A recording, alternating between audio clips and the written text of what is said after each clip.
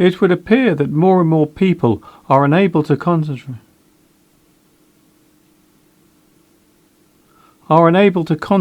for long periods of time due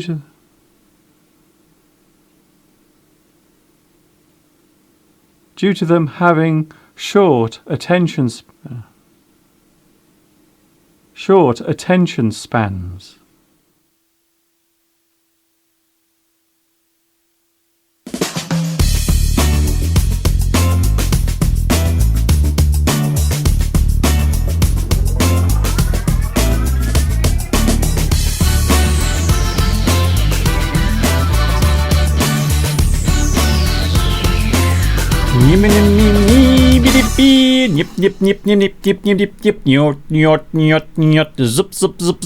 Here we go. Oh my goodness, is it really Sunday again?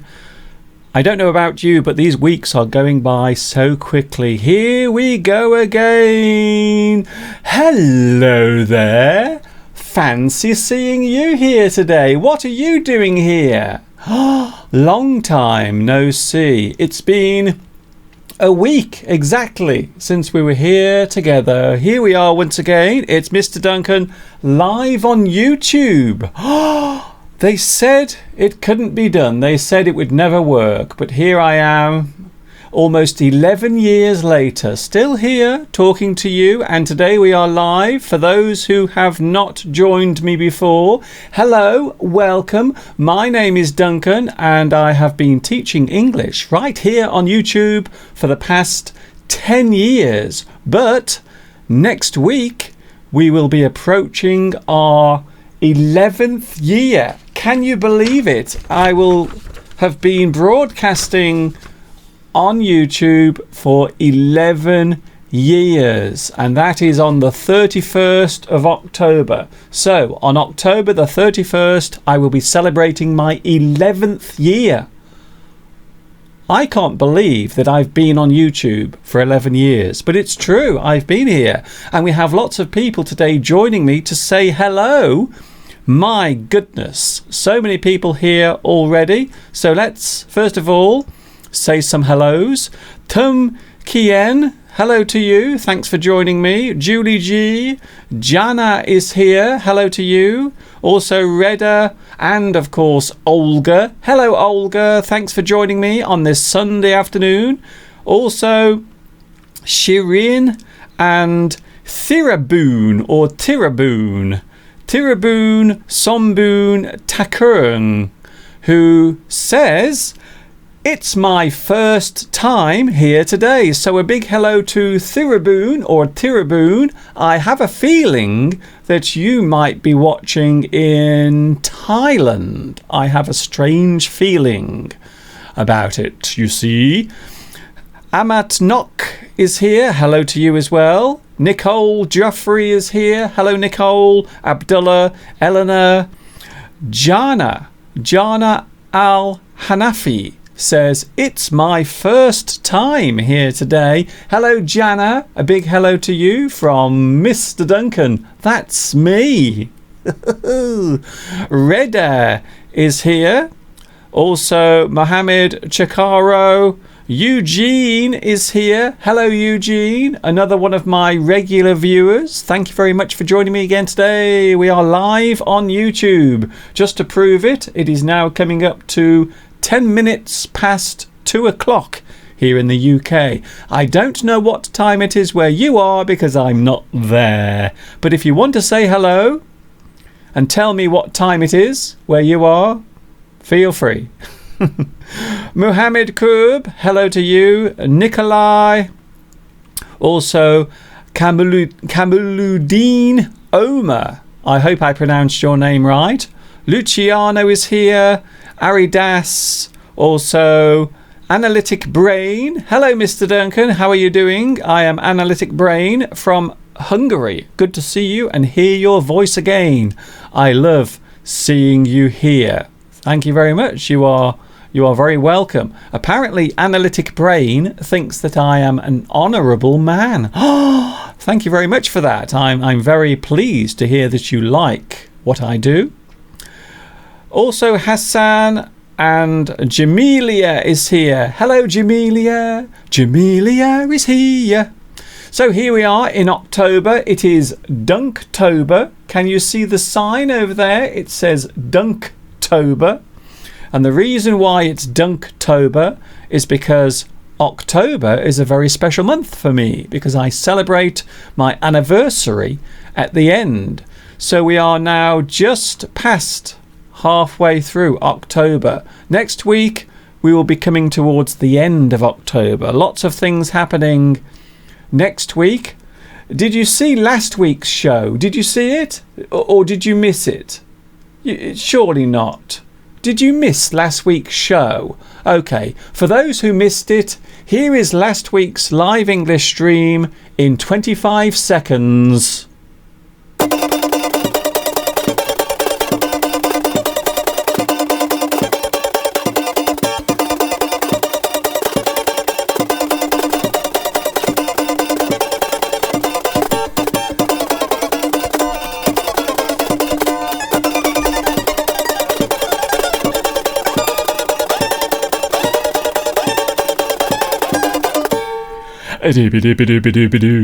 So there it was, the sped up version of last week's live English stream. Just in case you want to watch last week's live stream at the normal speed, you can find it underneath this video. In fact, all of my lessons are available to watch under this video. All of the video playlists are listed right underneath here, just to make it really easy for you to find. Can I say a big apology now? I want to send a big apology to some of my viewers watching in Vietnam. Hello to everyone watching in Vietnam. Now, here is a name that I try to read out many times, and there it is. Can you see it? Now, normally when I read this name out, I normally read it wrong, and I didn't realise that I've been reading this name out incorrectly for so long. So now I have been pronouncing this as Nguyen. Now apparently I should be pronouncing it as Win. Apparently the English pronunciation of this is this. So thank you to all those who wrote to me or who have been writing to me for the past few months saying, Mr. Duncan, you always get this name wrong. So apparently instead of saying Nguyen, I should actually be saying Win. I must admit the Vietnamese language is quite confusing, especially when you try to read certain names, and apparently this particular name in Vietnamese is very common. A lot of people have this name. It's true. Moving on to other things, this morning, oh, the weather this morning, it's a beautiful day. Here is the view that greeted me this morning. This is the view from my window. When I woke up this morning, I looked out the window and that is what I saw. You might be able to see the trees swaying from side to side. That is because it is very windy at the moment. We have been experiencing some very strong winds. Yesterday we had Storm Brian. Can you believe it? We had a storm yesterday called Brian. Now I'm waiting patiently for Storm Duncan. Can we have Storm Duncan? I wonder if they will ever name a storm after me. I'm not sure. Also a big question today that I must answer. What colour are Mr. Duncan's socks? Today my socks are pink, blue and yellow. They are very bright and cheerful, just like me. So for those wondering what my socks look like today, there they are, just for you. And I don't like to start my live stream on a sad note, but we do have some sad news today. Sadly, we've had to say goodbye to the bulls. Can you see the field at the back of my house? It is now empty. There is nothing there. The last bulls were taken away 3 days ago, so now all of the bulls have gone. Look at the field. It looks so lonely and deserted. It's not very nice, really, is it? So I was feeling a little bit sad today, but at least there is one reminder. Can you see it? There is a little reminder of the bulls, one of their poops that they've left for me, so I will always remember them. Bye bye, bulls. Bye bye.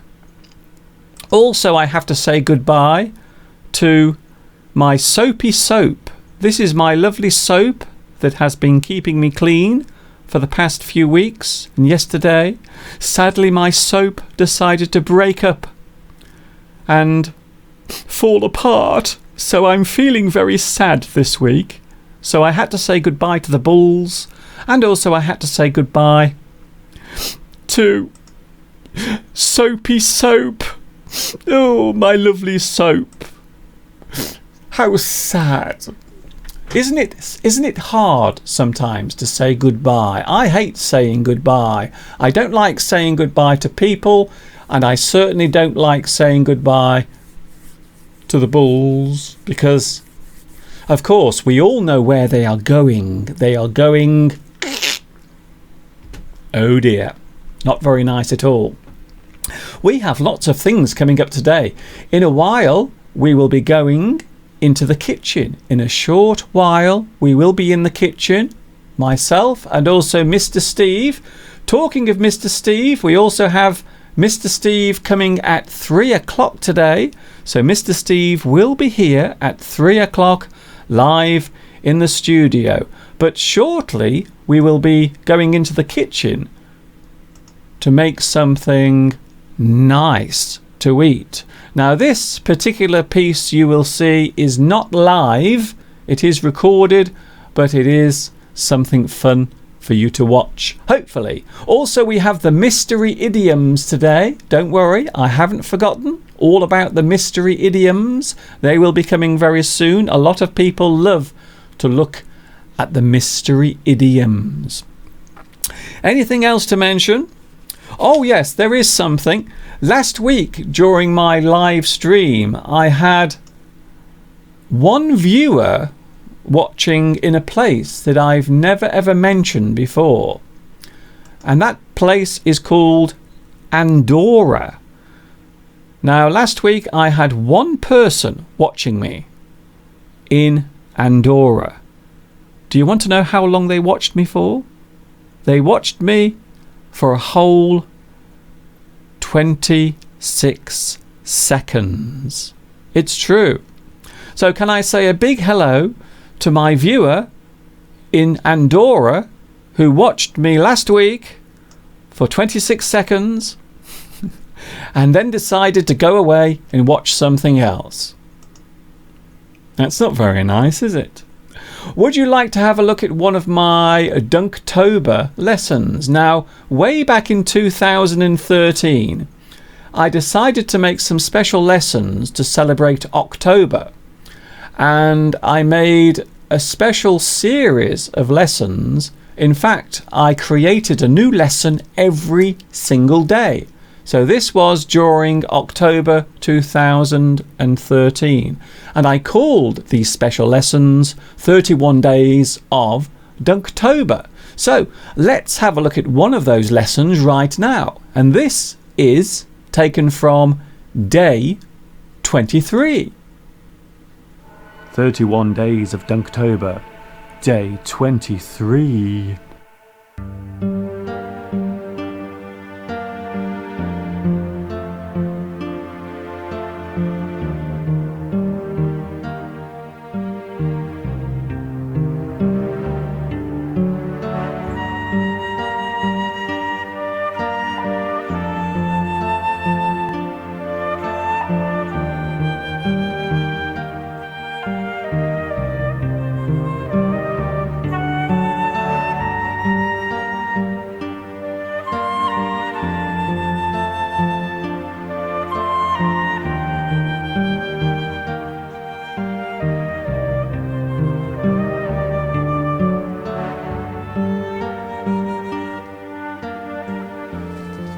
Hello and good morning. Welcome to day 23 of 31 days of Dunktober.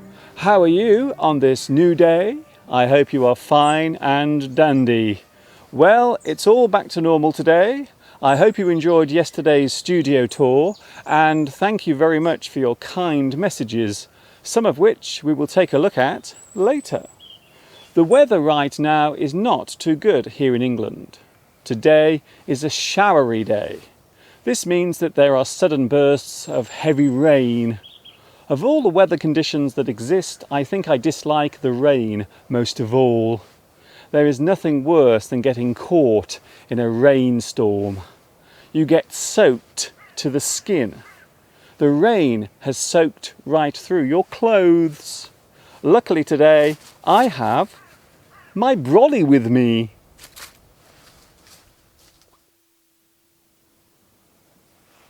Heavy rain can be described as falling like cats and dogs.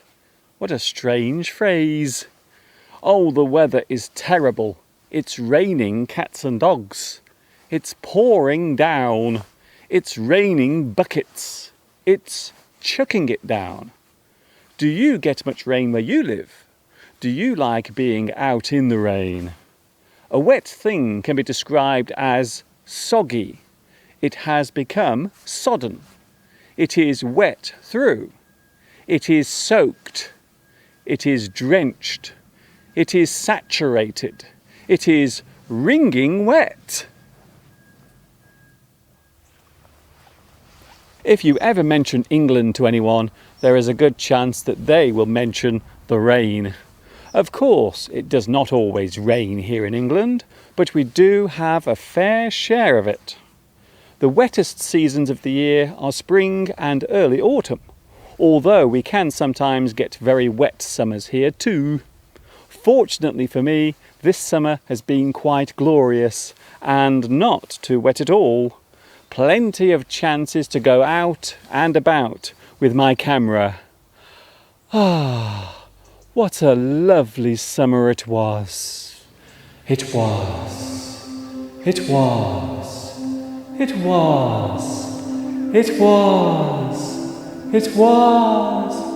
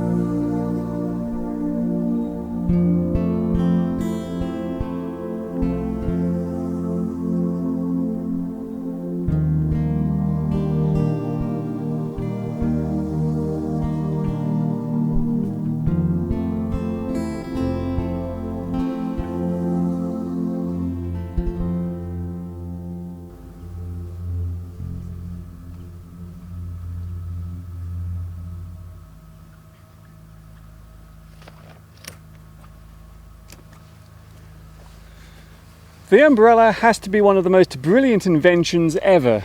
It's such a clever device.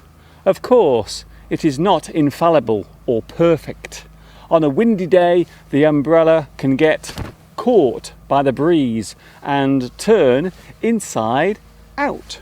Or even worse, blow away completely.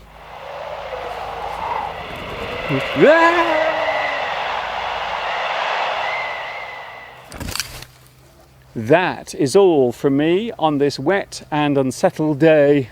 What will the weather be like tomorrow?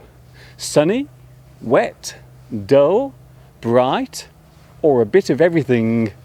If you need to catch up with any of my Dunktober days, then you can check out my playlist.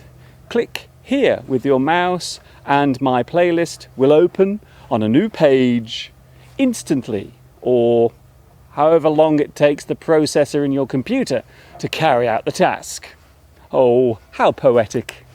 I will see you tomorrow for day 24 of You Know What. This is Mr. Duncan in You Know Where, saying see you tomorrow, and of course, Ta-ta for now.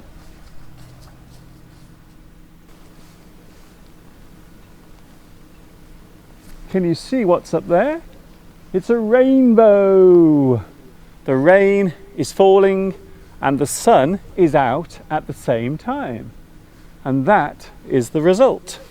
A lovely, beautiful, multicoloured rainbow.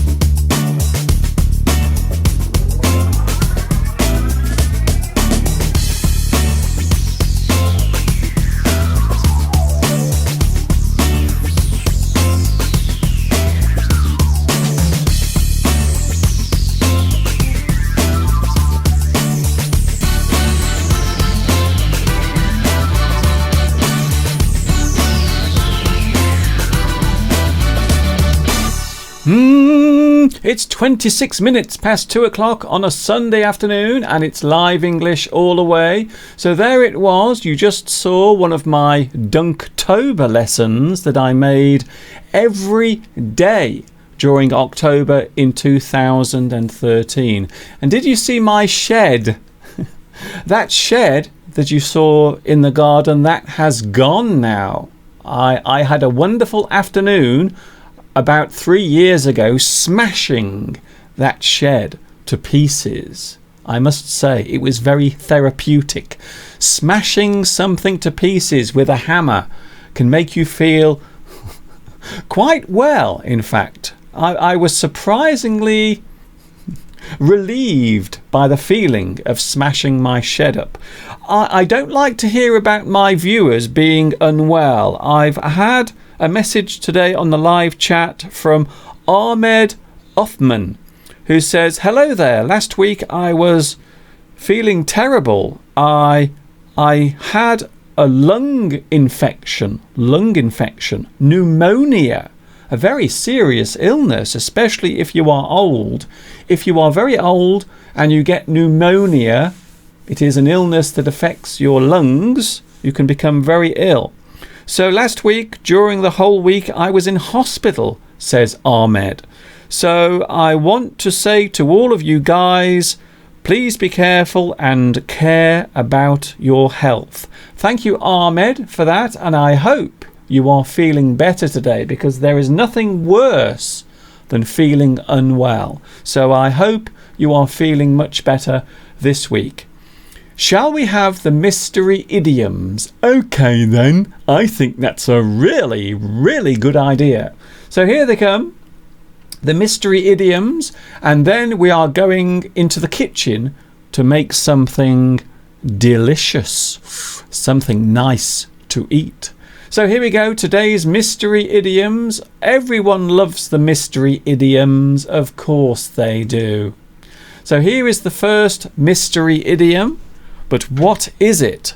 Just say what you see. So this is a well-known expression, a well-known idiom in the English language. But what is it?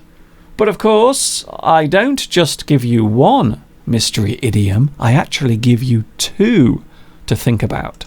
And here is the second one. So today's mystery idioms. All you have to do is work out what the expression is.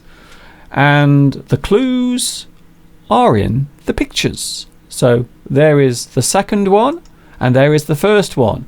They are both well-known expressions in the English language. But what are they? We went out in the car yesterday, Mr. Steve and me. We went for a journey. We went to see Mr. Steve's mother, who lives in a place called Banbury. Yesterday we were on the road, and there we are. So this is some video footage that I actually filmed yesterday in the car whilst driving to Mr. Steve's mother. And as you can see, we are on the motorway, driving along the motorway. I'm not sure how fast we were going, but there we are in the car. We both look very serious. Mr. Steve looks very serious indeed. Look at Mr. Steve's face.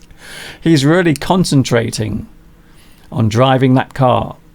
And there you can see in the opposite direction, lots of people were waiting because there was a traffic jam forming in the opposite lane. So there we are on the motorway yesterday driving, and here we are coming back last night. So this is actually some video footage that I filmed whilst coming home late last night. So I think it's a very interesting scene, not something you normally see during an English lesson. I'm sure a lot of people will be very, very surprised because it will appear as if we are driving on the wrong side of the road. But I can assure you now, we are not driving on the wrong side of the road, because here in the UK we drive on the left of the road. So we always drive on the left. So that's why it looks very strange to see all of the traffic going along the left-hand side of the road instead of the right. So don't worry, there is nothing wrong. We are not going in the wrong direction. But I must say, Mr. Steve looked very serious whilst driving in his car. Did you see his face? It was very serious. I think he's concentrating, you see, on the road. That's what he's doing. So we were driving back last night and the weather was really bad. It wasn't raining, but it was very windy. And there's nothing worse than trying to drive when there is a very strong wind blowing, because we had a big storm yesterday here in the UK, Storm Brian. So do you like driving during the stormy weather? Do you like driving at night? Because a lot of people don't like to drive on the road during the evening or night or when it's dark. So a lot of people don't like driving on the road at night. What about you? Do you have a car or maybe a motorbike? Do you like to ride your motorbike or drive your car when it's very late or at night when it's dark? So quite a few people do not enjoy driving their cars when it is dark. Just after, where are we now? Just after 2:33. It's Sunday, the 22nd of October, and now we are going to do something very special. We are going to go into the kitchen. This is something that we recorded a couple of days ago, and we are in the kitchen preparing something to eat. Something very delicious. Oh, hello there. Welcome to the kitchen. It's Mr. Duncan and Mr. Steve. Come over here, don't be shy. Right. There's the camera, it's over there. So here we are in the kitchen. What are we going to do? We are going to make some tea cakes. Well, we're not actually making them. We're going to put them in the toaster. We're going to toast them. Toast the tea cakes that we have previously purchased from a local bakery. And here they are. Here are the tea cakes. Look at that. Aren't they gorgeous? 2 fresh tea cakes. Now, some people think that tea cakes and hot cross buns are the same thing, but in fact... Oh, do they? In fact, they are not. They are not the same thing. Tea cakes are normally larger, and also they don't have the cross on the front. Also, they are not as flavoursome. They don't have as much spice or lemony zest inside them. So normally... Lemony zest? Lemony zest. Oh. I love the lemony zest. It's just sort of sweet bread with some currants or raisins added. So they don't have such a strong flavour as hot cross buns, but they are still delicious. They are delicious. So, Mr. Steve, what do we need to do first? we need to. Well, these were frozen, and we've defrosted them. We need to take them out of this packet of it. We can't put them in the toaster while they're inside that plastic bag. No, that I know for certain. That would be very silly. So don't forget, don't toast them in the bag because the plastic will melt and they will taste terrible. So they freeze very well, of course. We bought them fresh, but we bought too many, and we froze some of them, and they are absolutely delicious as defrosted. Bread freezes very well, as we all know. And there they are. Look, lovely. Look at those lovely tea cakes. So now, Mr. Steve, nice buns. Mr. Steve is going to cut them in half. Careful! I'm armed with a sharp knife. I'm not sure if we should trust Mr. Steve with a sharp knife. Right, so here we go. I'm going to cut these in preparation for putting in the toaster.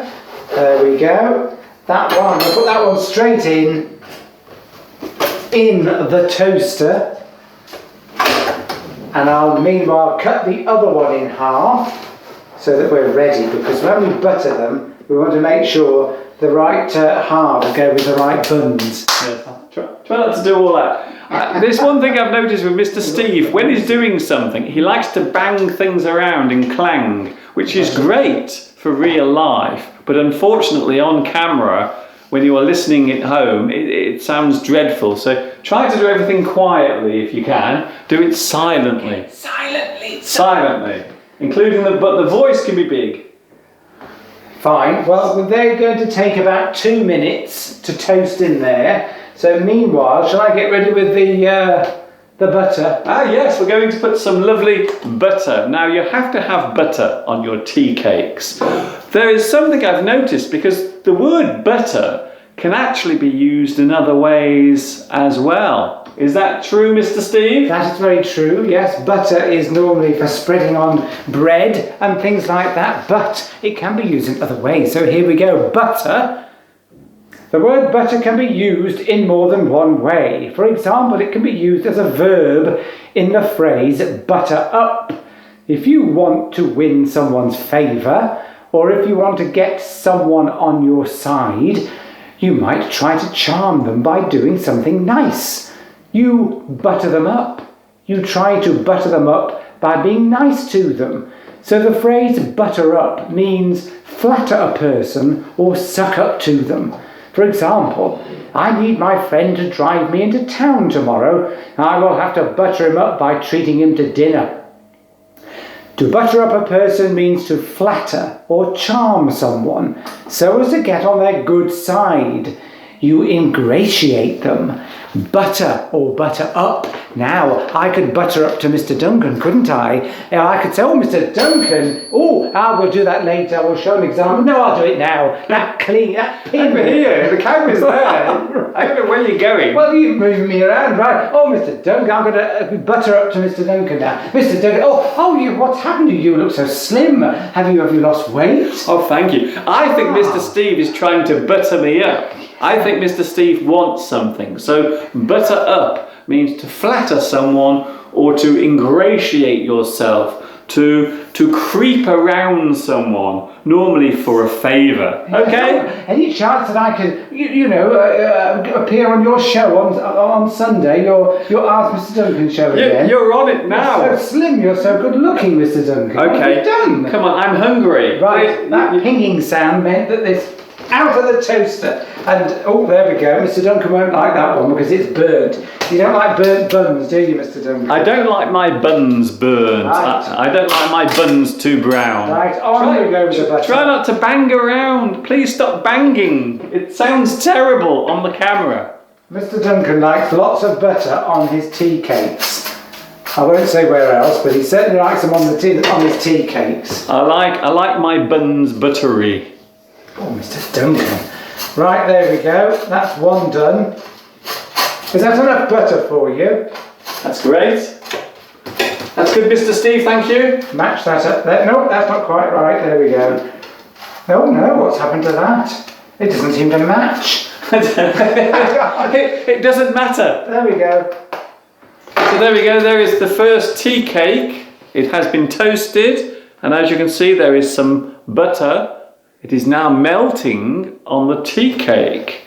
So, Mr. Steve is now going to toast his tea cakes. There we go. By the way, just in case you have just joined us, we are live. Well, this isn't live, but in a moment I will be live again on a Sunday. Yes, we are here. Live is live can be on Sunday afternoon. I hope you are enjoying this live lesson. My fingers are all greasy then, so I was using a paper towel to wipe all the butter off. So it's going to be a long time. We've got 2 minutes, at least 2 minutes to wait before the next tea cake comes out of the toaster. So well, I know what I'm going to do. I think you should eat yours because it'll go cold. I'm going to have a bite of the tea cake to see how nice it is, to see how well. It'll be nice, please. How well Mr. Steve has toasted this tea cake. Let's see. Okay. Of course, they go very nicely with a cup of tea. Hence the name tea cake. Well, actually, it could be called a tea cake because you have them at tea time, but I think it's because you have them with a cup of tea, which we haven't got ready, but we can make afterwards. In fact, shall I put the kettle on now while we're waiting? No. Suit yourself. It's too noisy. Oh, but I could pretend. Pretend? What are we, 5-year-olds? Right, no, that's not quite done yet. I'll give it another 30 seconds of heat. Mr. Steve likes his buns very brown. So, oh, right, okay. I don't know what you... That is brown, look. These are delicious.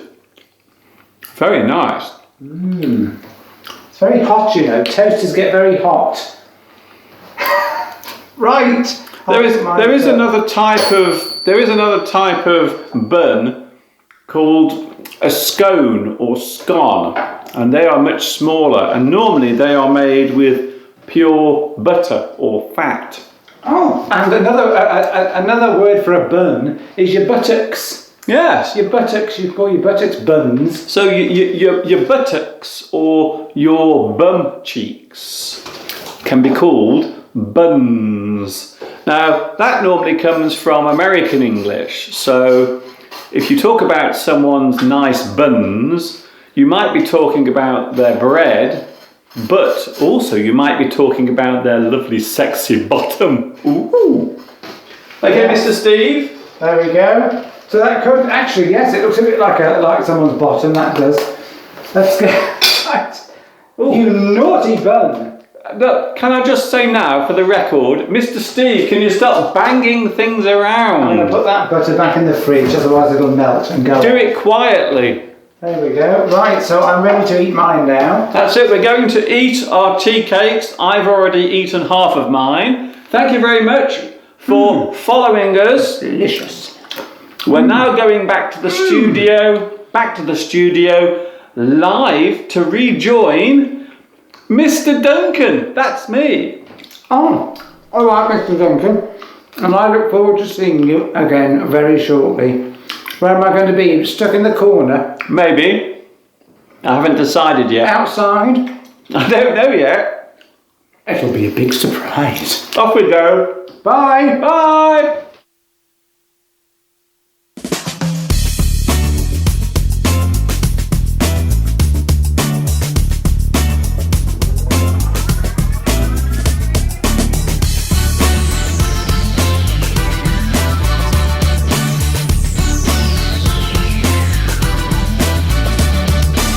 A doobie doobie doobie doobie doobie boo. A doobie doobie doobie doobie doobie boo. There we were in the kitchen making some delicious tea cakes.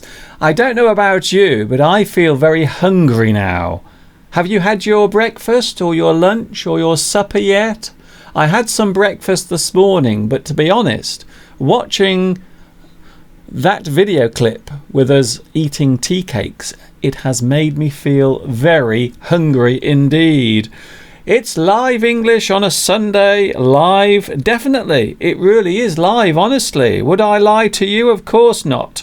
Pinit says, hello, Mr. Duncan. I am watching from Thailand. I have watched your English lessons since January of this year, and they are very interesting. I am happy to watch them. Thank you, Pinit, for that.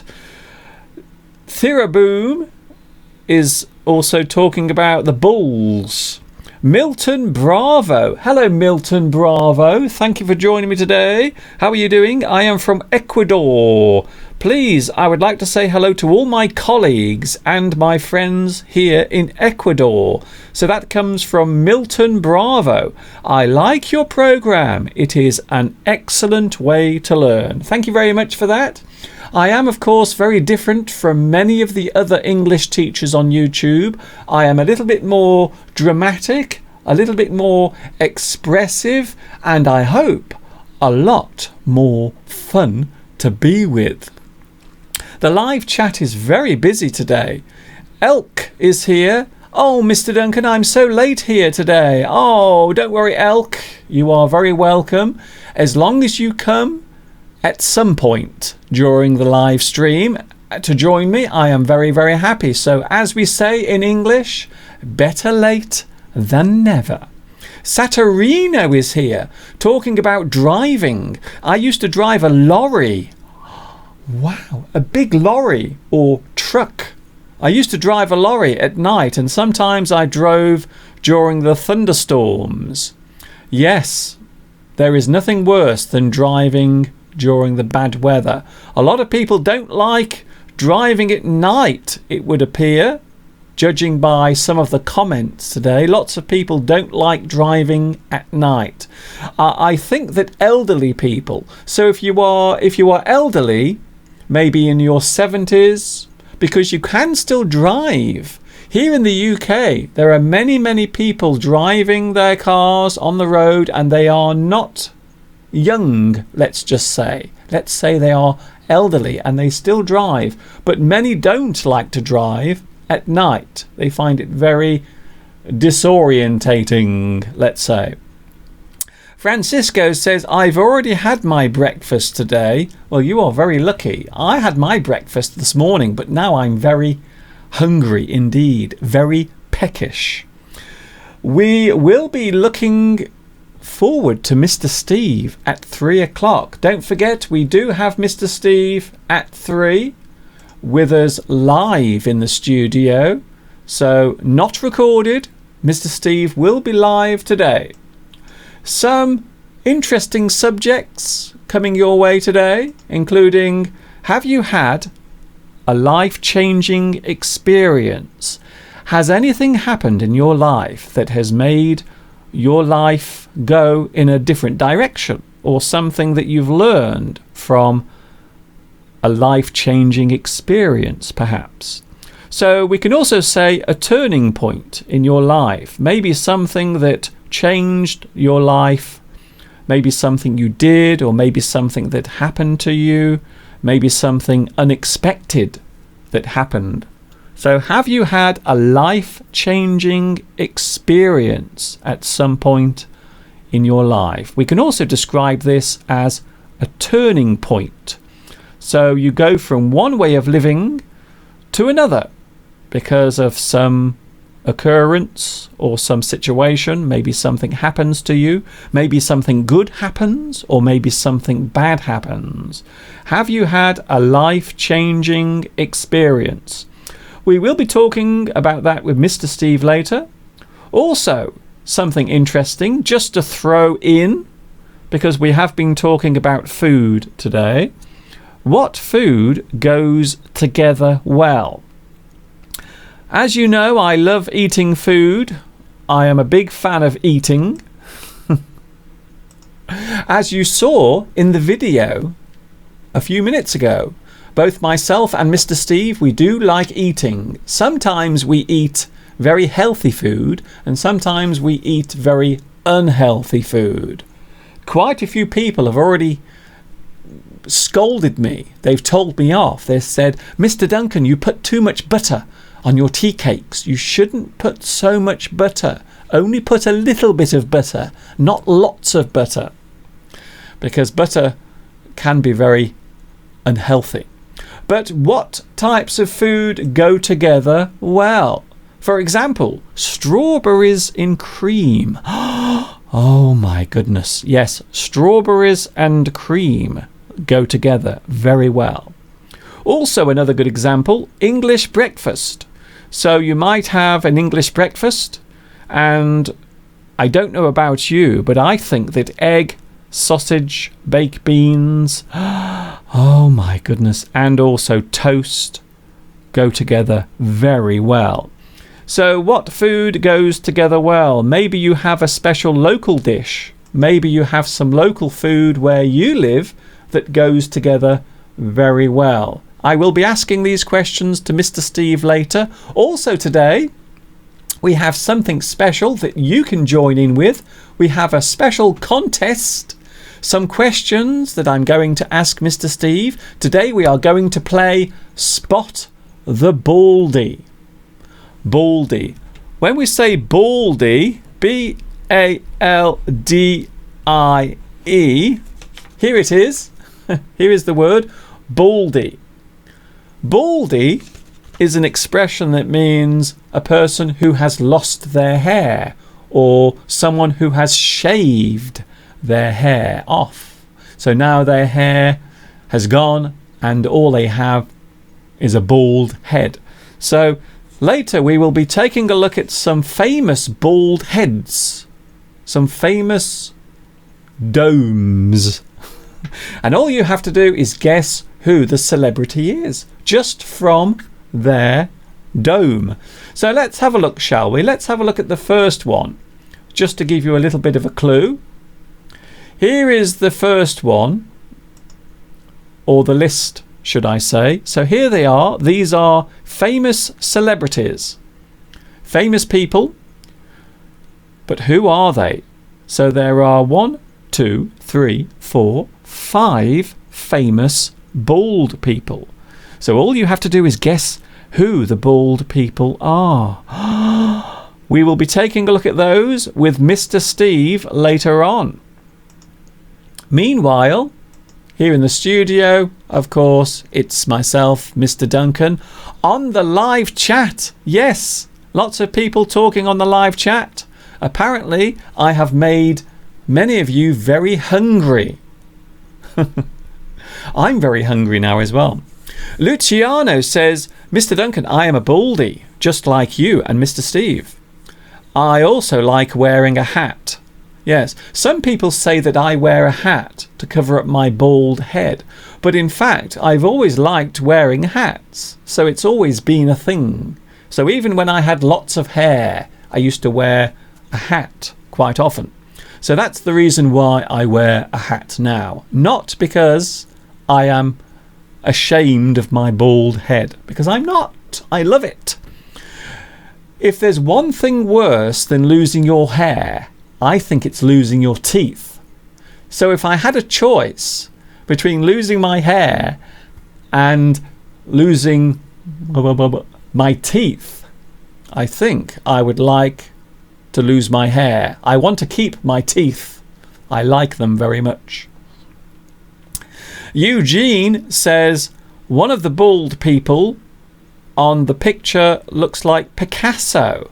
Oh, okay, maybe, maybe not. Who knows? Talking of mysteries, we have the mystery idioms today. Here are the mystery idioms just for you. Wow, so many things going on today. So many lovely things happening. So there is the mystery idiom. That is the first one. And here is the second one. These are well-known expressions in the English language. All you have to do is guess what they are. And here is the first one again. But the question is, what are they? Mr. Duncan, long time no see, says Tuan Phuong. Hello, Tuan. Thank you very much for joining me today. Apparently, I have been pronouncing this Vietnamese name wrong. So when you convert this name or translate this name into English, it is often pronounced as Win. Win. So for many, many years, I have been pronouncing this name incorrectly. It's wrong, so it should be Win. Remember last week? Do you remember last week? I injured my arm. So today, just to show you how much I suffer just how much I suffer so you can enjoy your English studies. We're going to have the scar cam. So I've set this up. So there is Mr. Squirrel. Can you see the squirrel there? But I'm now going to show you my scar from last week. So here it is. Here is the scar that I suffered last week. There it is. Look at that. Look what happened to me last week. Can you see that? Can you see the scar? So there it is. So that is what happened to me last week. I suffered a terrible injury last week. And there it is. In fact, someone said, Mr. Duncan, your scar looks like the Harry Potter scar. It looks a bit like the scar that Harry Potter has on his head. Well, it isn't. This one is much larger. So there it is, just to show you how much I suffer. How much I suffer. The injuries that I have to endure. The pain that I suffer to teach you English. So there it is. That is what happened to me last week on our scar cam. You can see, poor Mr. Duncan. Someone said, poor Mr. Duncan. Thank you very much for your sympathy. I really do appreciate your sympathy. So there it was, the scar cam. I can't begin to tell you how long it took me to set that camera up. It took me all morning to do that. So I hope you enjoyed that. Mrizine says, hello, Mr. Duncan. It's the first time that I'm watching you directly. Hello, Mr. Izine, or is it Mrizine? Thank you very much for joining me. Poor Mr. Duncan, he suffered a terrible injury last week. Yes, it's true. I really did injure myself. The things that I go through just so I can teach you English. Jamal says, yes, it looks like the Harry Potter scar, but it isn't. It is not. Aridas says, can you compare your scar to Scarface? I don't think so. Maybe I could call myself Scar Arm, but I have a feeling this scar will be disappearing soon. I think it will slowly vanish, so it's not permanent, so don't worry. Z Skipper says, Mr. Duncan, some time ago I had a bachelor's party. Really? So were you getting married? So maybe the next day you were getting married. So some people have a bachelor's party the day before they get married. So was that the reason why you did it? Was that why? A bachelor is a man who is not married. A bachelor. David Calero says, hello from Tenerife. Hello, Tenerife. Thank you very much for joining me. I hope you will stay longer than the person who was watching in Andorra. I had someone watching me in Andorra last week, one person, and they only watched me for 26 seconds. So I don't know what I said. Maybe I said something offensive. I'm not sure. But it was enough to scare one viewer who was watching in Andorra last week. Christina says, hello, Mr. Duncan. You are looking good today. Really? Oh, thank you very much. I needed that boost today. I must admit, I was feeling a little tired this morning. And sometimes in the morning when I look in the mirror, I don't like what I see. So thank you very much for your lovely comment there, your compliment. Thank you very much. I really needed that lift. Mr. Steve will be here soon. Now, Mr. Steve, I like to think that Mr. Steve is a very intelligent person. I think Mr. Steve is very smart. But yesterday, Mr. Steve did something really stupid. A really stupid thing. So stupid. I couldn't believe it. I couldn't believe how stupid the thing that Mr. Steve did yesterday was. I can't believe it. He's going to tell us later what it was. But Mr. Steve yesterday did something so stupid. Ali Amur says, hello, Mr. Duncan. I hope you are well. Yesterday I saw your name displayed on the BBC News channel. I don't think it was me. Maybe it was somebody else. Maybe another person called Duncan. But it wasn't me. I definitely, as far as I know, I wasn't on the BBC News yesterday. Although I am waiting for a storm to be mentioned and named after me. So maybe one day we will have Storm Duncan. Mr. Duncan, you can see where your viewers are. Yes, I can. I have a special feature on my YouTube channel, so I can actually see where people are watching during the live streams. And also I know roughly how long they are watching. So yes, I know where you are. Although I don't know where you live, so don't get too worried. Mr. Duncan, I have, oh, I see, me you says I have transplanted my hair. So what happened? Did you lose your hair? And then you had an operation in a hospital, and then they put some new hair into your head. It sounds very painful to me. I don't think I would like that. I think I would rather be bald than have someone sticking pieces of hair into my head. I don't like the sound of that. Lots of people on the live chat. Mr. Steve is on his way because, of course, it is now 3 o'clock. And, of course, at 3 o'clock, you know what happens at 3. Mr. Steve comes to join you and me.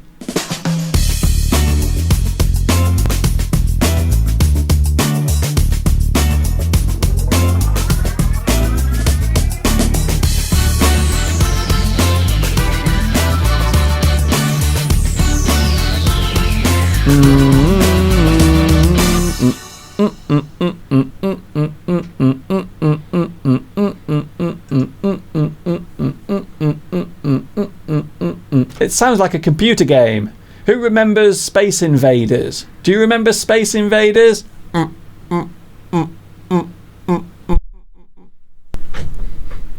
don't know why. I really don't. Here he is. It's Mr. Steve, everyone. Mr. Steve is here now. Hello. Hello, everybody. And thank you once again, Mr. Duncan, for inviting me to appear on your world-famous English show. Now, I'm so pleased to be here. First of all, we were having some fun in the kitchen earlier. We were having a lot of fun. We were making... What were we making? We were toasting the tea cakes. Yes. Which we did earlier. Oh, you've shown that already, have you, Mr. Duncan? Okay, I haven't seen that yet. Now, we were told off. Now, one or two people on the live chat... One or two people on the live chat have actually complained. They've said, Mr. Steve and Mr. Duncan, you should take care of your health because you shouldn't have too much butter on your tea cakes. Well, there's no stopping you, Mr. Duncan, because I think you eat about 3 times as much butter as the average human being. I've seen you put butter on tea cakes, on bread, and sugar. Lots of butter and lots of sugar. And do you know how many teaspoons of sugar Mr. Duncan takes in his tea? Wait a moment. Before you start this character assassination on me, I don't have as much sugar as I used to. I've actually cut down on the amount of sugar. Yes, you've cut down by half a teaspoon. And don't forget, I don't normally have butter on my sandwiches or on my tea cakes. Normally I have this special... It looks like butter, but it isn't. It's got some plant extract inside. So it's supposed to be very good for you. It's supposed to lower your cholesterol. So I don't always have butter on my sandwiches or on my tea cakes, but that was a special occasion, you see. That's special occasion. Tea cakes with a cup of tea. Very nice. You are getting some compliments here about your shirt. Oh, thank you. You are dressed in black. You are the man in black. Oh, I forgot to change. Before I come here, I'd have to do another job. I'm a waiter in a restaurant, and I forgot to take this off. I do apologise. So not only are you a grinder, you are also a waiter. I am a man of a few talents. I'm going to tell you what you are now. Do you know what you are, Mr. Steve? No. You're an idiot. I'm an idiot? You've never been so insulted. You are an idiot. Now, I always thought that you were quite intelligent. I always thought, Mr. Steve, pretty smart guy, pretty smart cookie. Well. But you did something yesterday, didn't you? You did something so stupid. And apparently, it's something that you've never done before. I think you're referring to the... Come on. Just set the scene for us. Set the scene. Set the scene, yes. Okay, so we were driving along. We went to visit my mother yesterday. So I'm going to blame her for what happened next. And I thought we were coming back from town. We had a nice little meal out. And I thought, oh, I know, it's a long drive back to Mr. Duncan's afterwards. So I better fill it with some fuel. So, well, I've got this diesel car and I've been driving this car. It's 8 years old. And I pull up at the forecourt in the petrol station. And what do? Distracted, I won't say by who, but instead of putting diesel in the car, I put petrol in it instead. Oh! So your car is a diesel car? It's a diesel car, and in 8 years, it's always something you've got, anybody out there driving a diesel car, you've always got to worry about putting the wrong fuel in. Every time you go there, yes, that's diesel, that's diesel, that's diesel. The diesel must go in, not petrol. It's not a green one, it's a black one. Yes, that's right, I check it about 10 times. But yesterday, I just went straight in, picked up the petrol, straight in.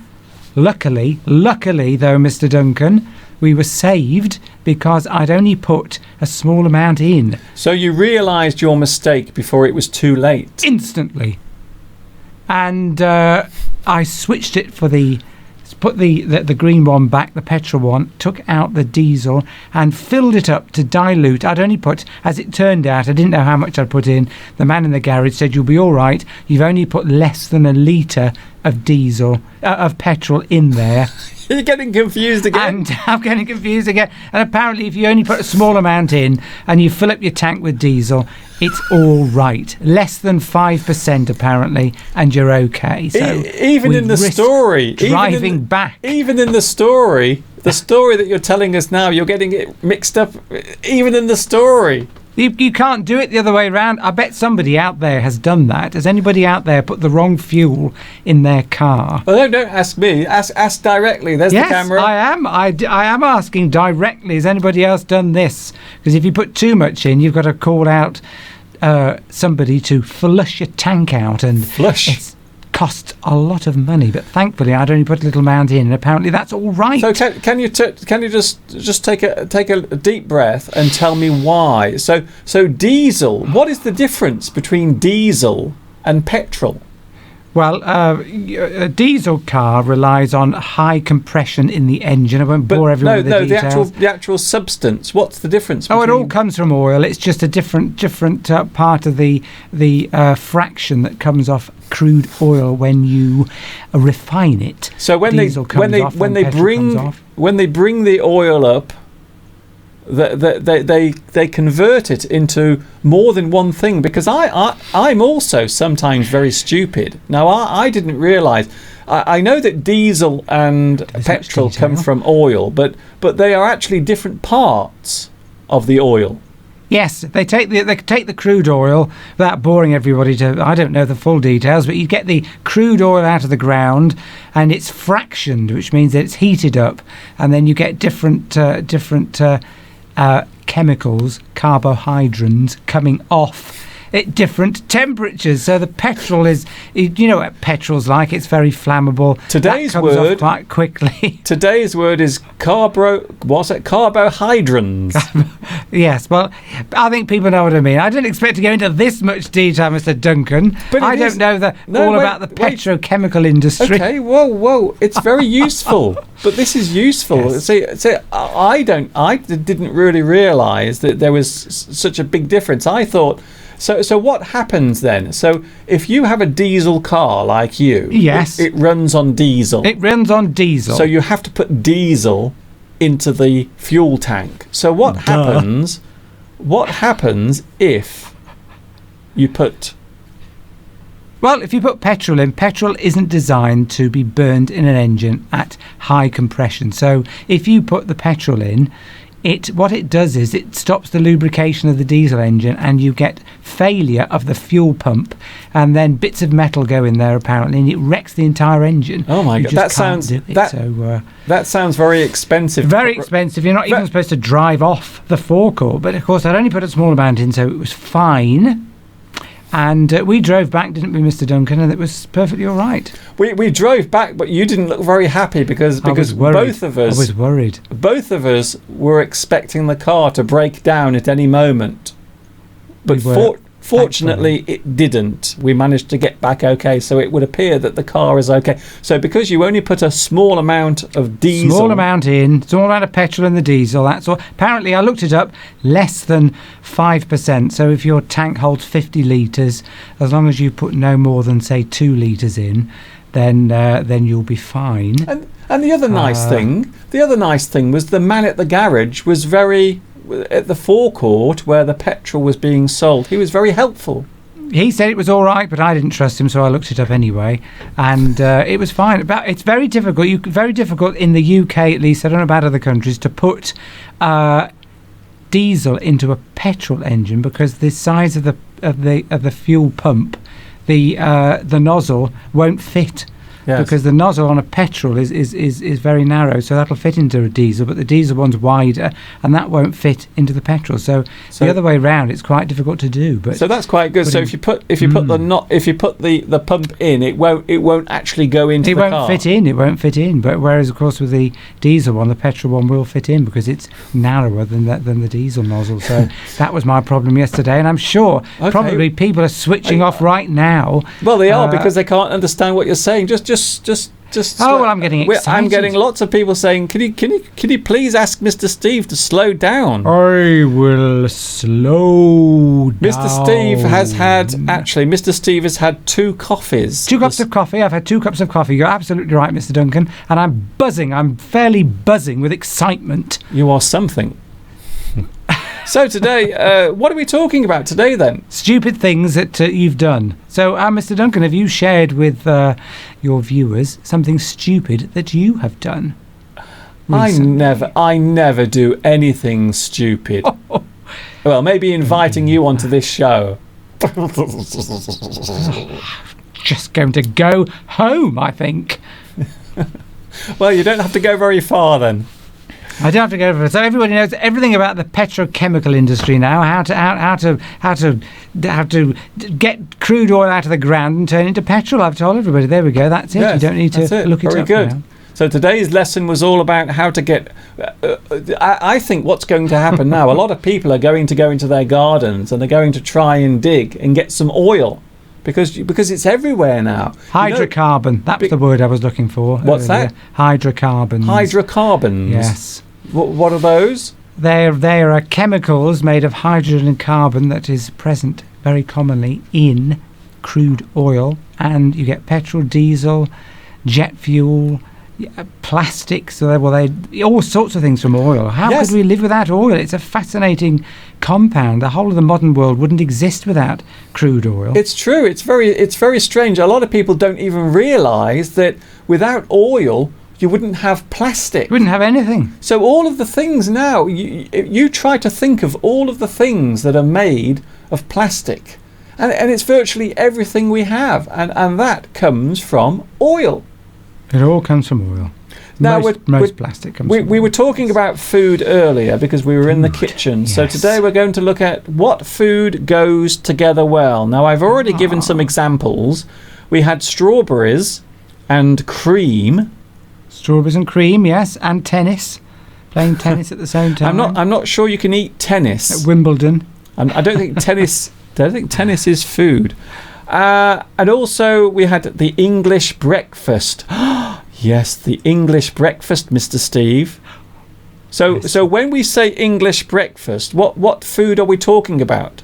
We're talking about bacon, sausages, fried or scrambled eggs. We're talking about tomatoes, grilled tomatoes or fried tomatoes, baked beans. Ooh. And what else goes on there, Mr. Duncan? Oh, fried bread sometimes as well. Or toast.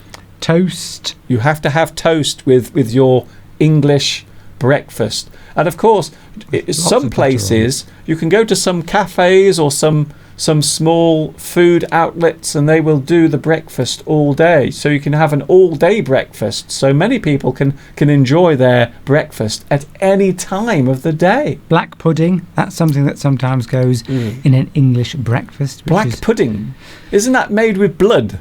Yes, that's the blood from an animal dried up and formed into a sort of a sausage-like thing, and they slice it up and fry it. Very healthy, but I'm sure there are lots of vegetarians now vomiting everywhere. Well, you can have a vegetarian English breakfast and they just replace all the meat with fish. So it's quite nice. I've had one of those. Nicole asks, maybe Mr. Steve can answer this. Nicole asks, doubt it. What is brunch? Brunch. Oh yes, that's isn't that somewhere between breakfast and lunch? So if you have your breakfast, and then at about maybe 11 o'clock in the morning, you feel a little hungry. I think if you've missed out breakfast altogether, I think that's when you have brunch. So you have a late breakfast. It's somewhere between breakfast and then dinner. So they call it brunch. So it's a kind of breakfast and lunch together. Yes. Well, I think it's in between, and then you can still have lunch, but you might have lunch later, say 2 o'clock. So you might have 11 o'clock, 10:30. You might have brunch. So it's not breakfast because that's it's too late for breakfast. It's not lunch because it's too early for lunch. So it's in between. It's brunch. It's a kind of combination. So brunch is breakfast and lunch joined together. Yes. We have some here. Some apparently Tias Tia says fried rice. Rice. Oh. Rice with egg and vegetables. I think so. Yes. I like the sound of that. You like rice, don't you? Yes, I do like rice, and something that's a strange combination that you think wouldn't go well together is rice and peas. And that's white rice with green peas. You wouldn't think would go well together, but surprisingly it does. Garden peas. Garden peas. Of course, when you say rice and peas in the Caribbean, that means something different. That means rice with beans, or red kidney beans. Oh, I see. That's what it's called, rice. And so red kidney beans look like, well, they're sort of dark peas, really, aren't they? Red kidney beans. So you mix them with rice, you've got rice and peas. All this talk of food, by the way, is making me feel very, very hungry. Rice and peas with spicy jerk chicken. Oh, yes, I fancy some of that.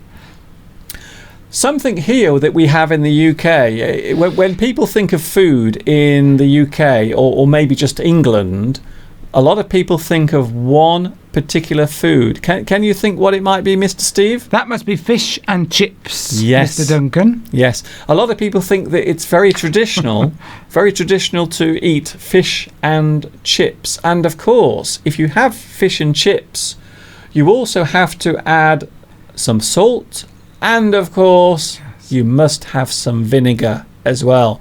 And don't forget the tomato sauce, so you can dip your chips into the tomato sauce. So I think that food goes together very well, although it is rather unhealthy, let's just say. And they, on the continent, on the rest of Europe, they laugh at us about our unsophistication in England when it comes to culinary dishes, because they've all got their sophisticated in France, they've got and Italy, they've got their sophisticated dishes. They look upon us as sort of a bit backward when it comes to cooking, and fish and chips is looked upon in other parts of Europe as a bit of a junk food, really. Yes, that's actually quite interesting. Certainly certain countries, I'm not going to say who, but certain countries have a very negative attitude towards British food. They think it's very, I think the word is bland. Some people think that British food is very bland and tasteless. Yes,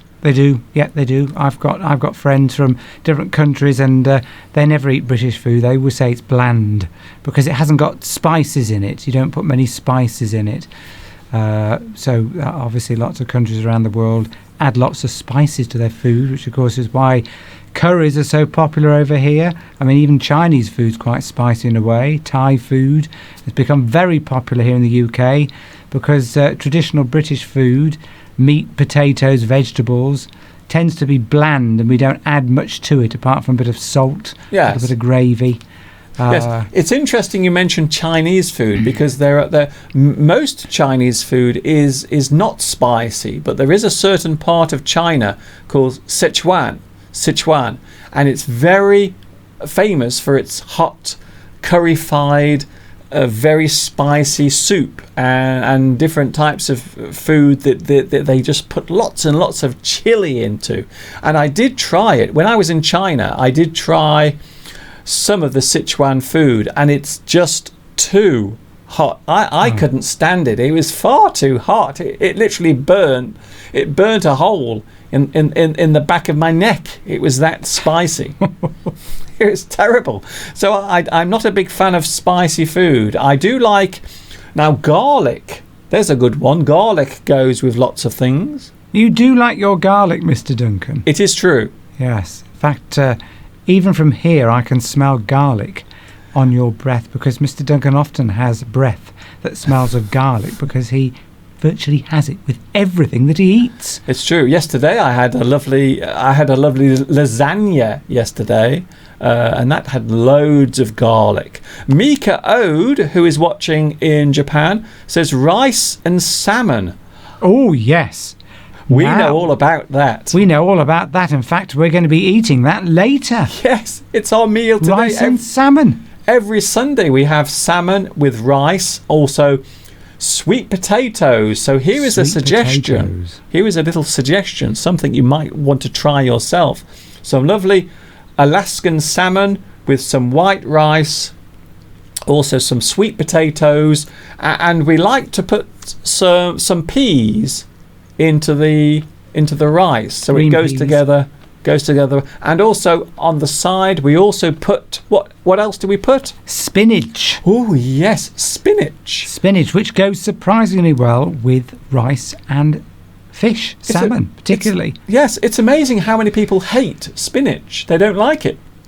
But it goes. I like to put it in pasta sauces because spinach is very good for you, and vegetables are often a bit of a pain to eat, but you can add them into sauces, so you're getting your healthy vegetables, but you've got a nice sauce with it, like a pasta sauce or a spicy sauce like vegetable curry or vegetable chow mein, which is delicious. So yeah, you don't have to eat. Well, we don't eat much meat anyway, so There is someone called Random Reviews. Hello, Random Reviews. Is that Mr. Random or Mrs. Random or Ms. Random? Random Reviews says the UK has a lot of spicy food. Apparently, there is a burger that you can buy in Brighton. It's just gone off the screen. Wait there. A burger in Brighton that is so hot that people have to sign legal disclaimers. They have to sign a legal document before eating it, just in case it kills them. yes, Just in case their head explodes because it's so hot. thank you for that demonstration of how a head would explode, Mr. Duncan. That's very funny. I try my best. But it's all spicy food has really come in since about, in the 1970s. It started to become very popular in the UK. But before then, it was just the traditional, fairly bland British food, which was meat, potatoes, and vegetables. I can understand. Why people would say that. I can see why they would think that English food is bland. But of course, we have a lot of influence now from other countries. Another one, of course, is Thai food. Yep. Gorgeous. Yeah. Lots and lots of Thai restaurants serving Thai food, and of course, the famous it's green soup, is it? Thai green curry. Oh yes, Thai green curry. So it's like a green sauce, but it's very, very strong. I don't know what makes it green. I wonder what makes it green. I wonder if anybody knows what makes Thai green sauce or Thai green curry green? Must be some kind of vegetable. But I don't know. Yes, I think I don't so. know the answer to that one. Oh, Mr. Duncan, I'll tell you something which goes very well together as well, which I discovered myself. And I want to patent it. And it's chocolate. Any type of chocolate, milk chocolate preferably, and wine gums. Chocolate and wine Chocolate gums. and wine gums. So you put some chocolate in your mouth, let that melt a bit, and then put a wine gum in at the same time. And the two together, wow, that is like heaven. It's a bit like a sweet cocktail of sweet food. So you put a wine gum and then you put the chocolate in. So which way round? Is it the chocolate first, then the wine gum, or the wine gum and then I don't think it matters. Actually, on second thoughts, it's probably better to put the wine gum in first, chew it a bit, because that will take a bit longer to dissolve. So put the wine gum in first, probably 2 or 3, any colours really, and then stuff the chocolate in as well and let it all melt and mix in together. I'll tell you, if somebody needs to produce that as a sweet, chocolate-covered wine gums. There it is. So that's the word, wine gum. I'd buy them. So a wine gum is a type of sweet. It's normally fruit flavoured. Fruit sort of jelly. It's very chewy. Very chewy. So wine gum, and then you put some chocolate in your mouth and you let the chocolate melt. And apparently, so how does it taste? It tastes like you would expect, a combination of chocolate and wine gums, but somehow the two together, it just, I could just eat a whole packet of them, just stuff them all in with the chocolate, sit there, watch a film. It's great. And I didn't realise you were such a glutton. Well, the trouble with sugar is it's very addictive, and once you start, doesn't matter. I think people say, is chocolate addictive? I think it's the sugar that's addictive in lots of food. So I think you become actually addicted to the sugar. So whatever sugar is contained in, whatever foods have got sugar in, I think you become addicted because of the sugar. I know chocolate's supposed to be addictive as well, but I think it's the sugar. So yes, once you start, that's it, and then it's off to the hospital because you've become diabetic. That is the problem. Well, that's what I always say. This is my biggest complaint about food. Why is all the delicious food so unhealthy? Yes, with the food with the most sugar in or the most fat in is usually has the most flavour. You never hear anyone suffering a heart attack due to eating too many carrots. True. Well, it depends what they do with the carrot, I suppose. If you eat too many carrots, your skin goes yellow. Oh, I've never heard of that. Yep. Really? The skin goes yellow because the pigment in carrots, which is called carotene. Yes. Beta carotene, isn't it? Beta carotene or carotene. There are lots of other types of carotene, but if you eat too many carrots, then your body can't get rid of it, so it goes into your skin, so you become, and your eyes can go yellow as well. I don't think it's not unsafe as such, but you can take it. That has happened to me. I used to drink carrot juice. Maybe that's the reason why. Maybe that's the reason why Donald Trump looks the way he does. Maybe he likes just eating a lot of carrots. Yes, so too many carrots, carrot juice, anything with that kind of red colour in, red or orange coloration in fruit or vegetables will make your skin go yellow if you have too much of it. Everyone's complaining now, by the way. I'm getting so many complaints. Could you please stop talking about food? Oh. Because you are making me very hungry. Lots of people are saying, please stop talking about food. Okay, then let's stop talking about food. Coffee and chocolate. I'm getting one else. Coffee and chocolate. That goes well together. We can't stop him now. Oh, mocha. That's a nice drink. That's a combination of chocolate and coffee in one drink. A mocha. Mocha. Is that like brunch? No. Is that like 2 words? Oh, I see what you mean, yes. So what is the mocha? So it's coffee and what? Coffee and chocolate. Okay, then. In a drink. But it's not as nice as you think. Shouldn't that be coca? That's something else altogether, Mr. Duncan. Mocha doesn't make sense. If it's chocolate and coffee, or coffee and chocolate, it should be coca. They call it mocha. They probably don't call it coca, but because of obvious reasons, so they call it mocha. I don't know why they call it mocha. Chocker. Can I have a small chocker? It's mocha. It's not as nice. It's best to have the chocolate and the coffee separately and eat the chocolate. It's not as nice when it's in a drink. Oh, here we go. There's also something called mochaccino. Ooh. Mochaccino, which I guess is chocolate, coffee with the frothy top. So it's like a cappuccino, but it has chocolate and coffee as well. I like the sound of that. Do you? I do. I think so. Let's talk about something else now, because we have been talking a lot about food, and between you and me, I'm feeling very hungry. So here's another one. Rumbling. Mr. Steve. Yes, Mr. Duncan. Mr. Steve, have you ever had a life-changing experience, something that's happened to you in your life that has changed the way you live, or maybe your attitude, or maybe just your everyday comings and goings? Well, I haven't had anything dramatic. You usually think of life-changing events as really serious events that change your life forever. But I suppose maybe I've led a boring life or an uneventful life. But I would say when I first went to see Shirley Bassey... I'm sorry, everyone. Concert. I'm sorry. Can I just warn you now? Sorry. Wait there, Steve. Wait there, Steve. Is he cutting me off? Don't. I will have to cut you off in a second. Can I just warn everyone that Mr. Steve is about to talk about Shirley Bassey again?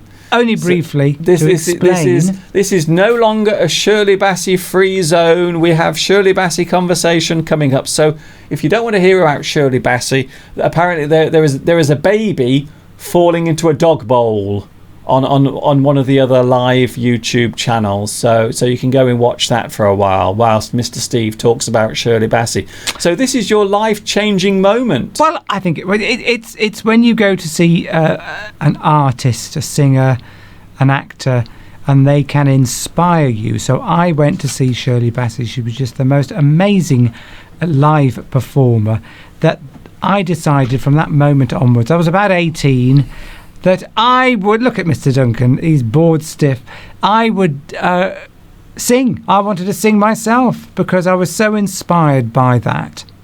And, well, that happens to lots of people. That's how they go on X Factor. They're inspired by somebody to do that very same thing themselves. And that happened to me. I'm not a famous singer by any means, but it inspired me to do that. So, yes, that probably was a life-changing event, I would say.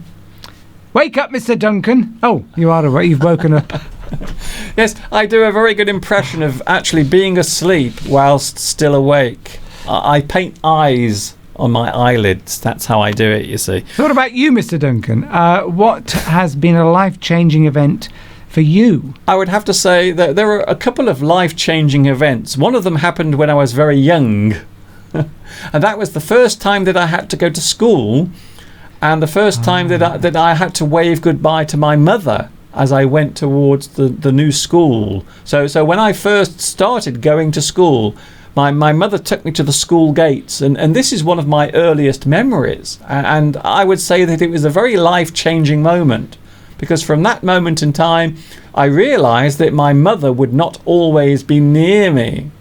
So that's one of them. Also, fast forward a few years, I think going to China. Of course, for those who are familiar, you will know that I did work in China for many years as an English teacher.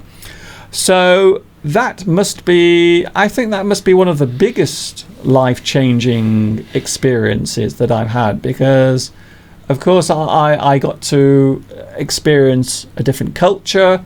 I got to learn, or I tried to learn a new language, not very successfully, but I did live there for many years, and I had a wonderful time. I learnt a lot about other people, but most of all, most importantly of all, I learnt a lot about myself and my attitudes towards people and also to life.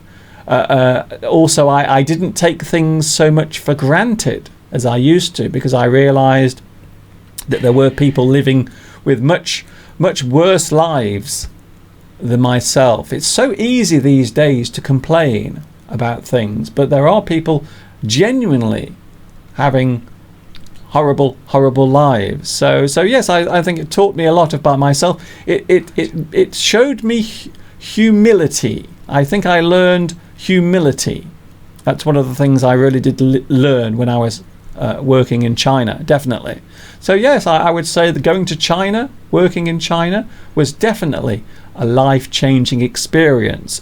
Not least of all because I started making my YouTube videos in 2006. So next week we will be getting ready to celebrate my 11th year on YouTube. So I must say, going to China changed my life in many ways. In fact, had I not gone to China, I wouldn't be here now doing this. I think it's fair to say.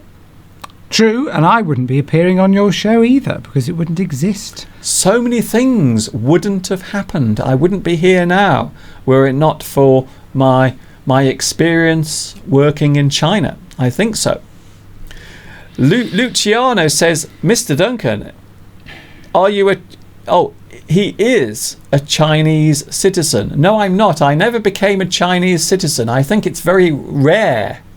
I think I can safely say it's very rare for anyone outside China to become a Chinese citizen. In fact, I think it hardly ever happens. It hardly ever happens. Right. We have something that I think will be fun to do now. It is a little contest.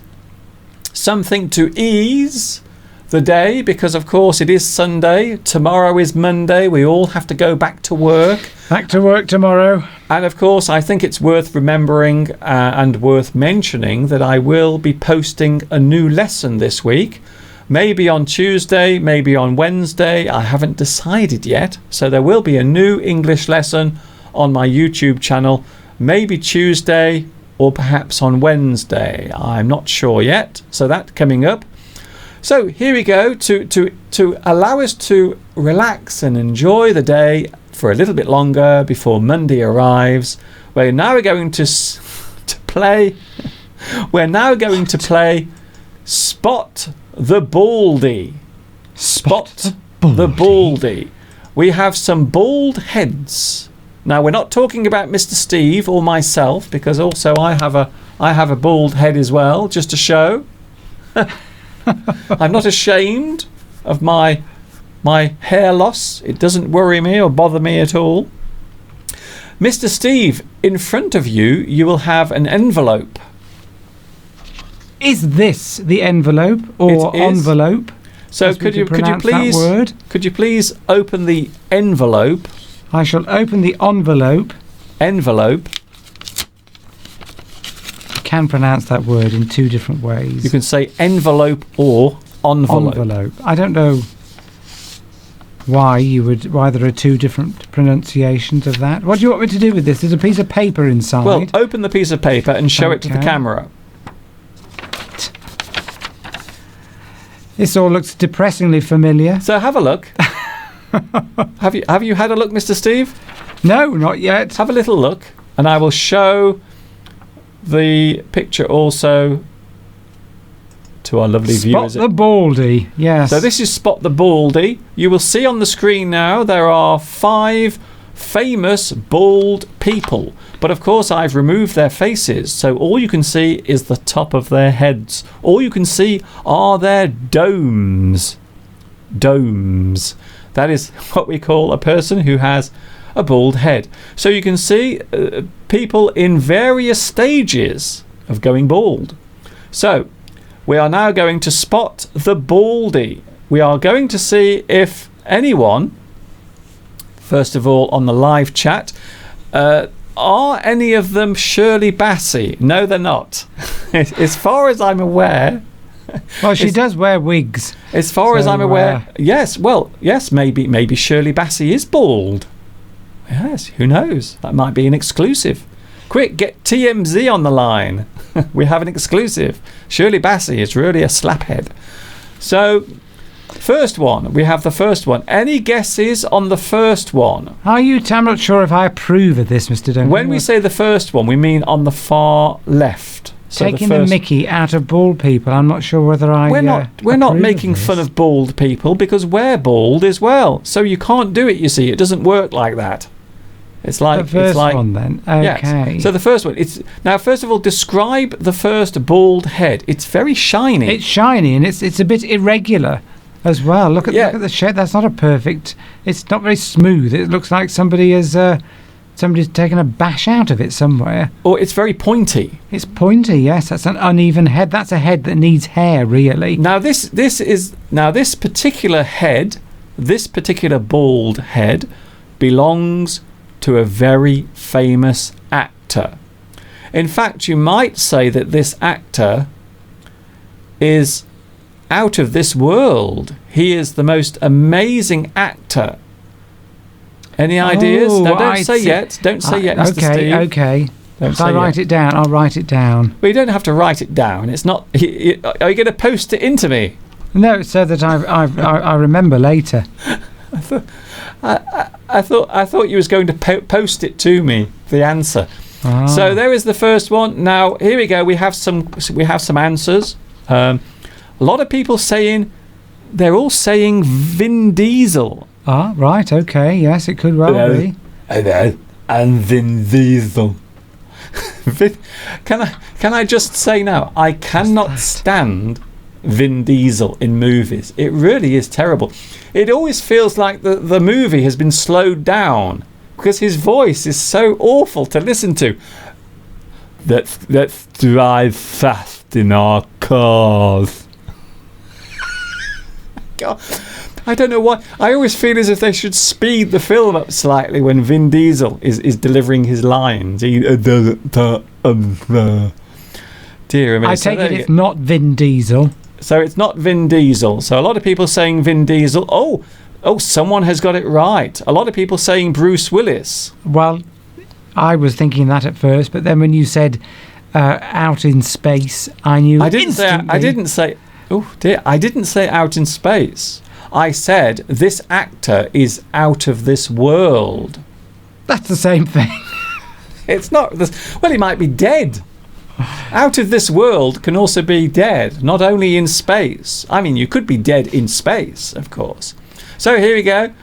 Mr. Steve, so what is the first bald head? Does his name begin with a P? Are you just going to slowly spell it out? I think it's Patrick Stewart. You think it is Patrick Stewart. Now, Patrick Stewart, of course, is a very famous actor, Shakespearean actor, and many people will know him as Captain Picard from Star Trek. Jean-Luc Picard, of course, to give him his full fictitious name.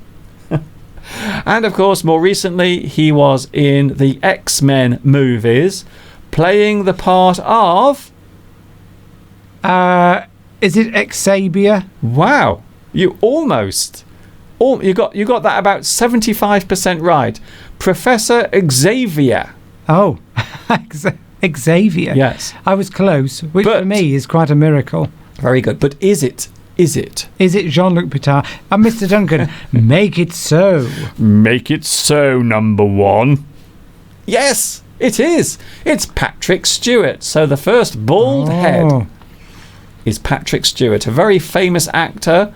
And of course, more recently, he's appeared with Ricky Gervais in Extras, which happens to be one of Mr. Steve's favourite episodes of Extras. It is, and I believe it's Sir Patrick Stewart, isn't it? Of course, he's a knight. He's been knighted by the Queen. He's now a knight. So we've got to say Sir Patrick Stewart. So we have that's that one solved. So what about the next one? Now, a lot of people now are guessing the next one. Who is the famous bald guy? That looks like me about 20 years ago. It's interesting because I've just realised something, Mr. Steve. When I met you, when I first met you 28 years ago, you had hair. I've just realised. I had some hair.